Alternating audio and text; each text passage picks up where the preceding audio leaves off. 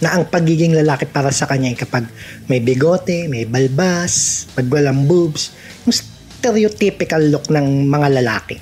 Ganun lang ang pagkalalaki para kay Jessie. Pag na-achieve na yun para sa kanya, lalaki na siya.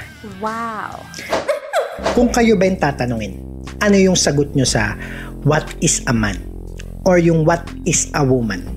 Kasi sa mga katulad ni Jessie, hirap na hirap silang sagutin yung tanong na ito which is napakadali lang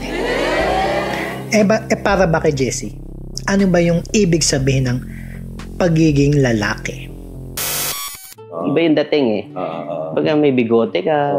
Parang hindi kompleto, di ba? Parang ganun. Parang ano pa rin, kumbaga, yun yung isa pa sa puzzle piece na hinahanap mo na ilalagay mo dun sa... So parang sinasabi niya, di ba, na ang pagiging lalaki para sa kanya ay kapag may bigote, may balbas, pag walang boobs, yung stereotypical look ng mga lalaki. Ganun lang ang pagkalalaki para kay Jessie. Pag na-achieve na yun para sa kanya, lalaki na siya. Wow! Parang bumubuo nga lang daw siya ng puzzle sa katawan niya. Ay, almost complete na ako. Kasi after top surgery, ang iniisip ko na si bottom na. May bigote na siya. May balbas. Wala nang boobs. So, ang next na is yung hotdog na. Magpapalagay na siya ng tender, juicy hotdog. Pure foods, baka naman. So, ayun ang pagiging lalaki sa kanya. Which is sad to say. Kahit anong gawin niya, babae pa rin siya. And that bottom surgery na yun, yung tinatawag niya, di naman talaga perfect yan. Magiging ganong itsura talaga, katulad sa mga lalaki. Hindi. Meron yan yung micropenis na tinatawag, which is far from being perfect.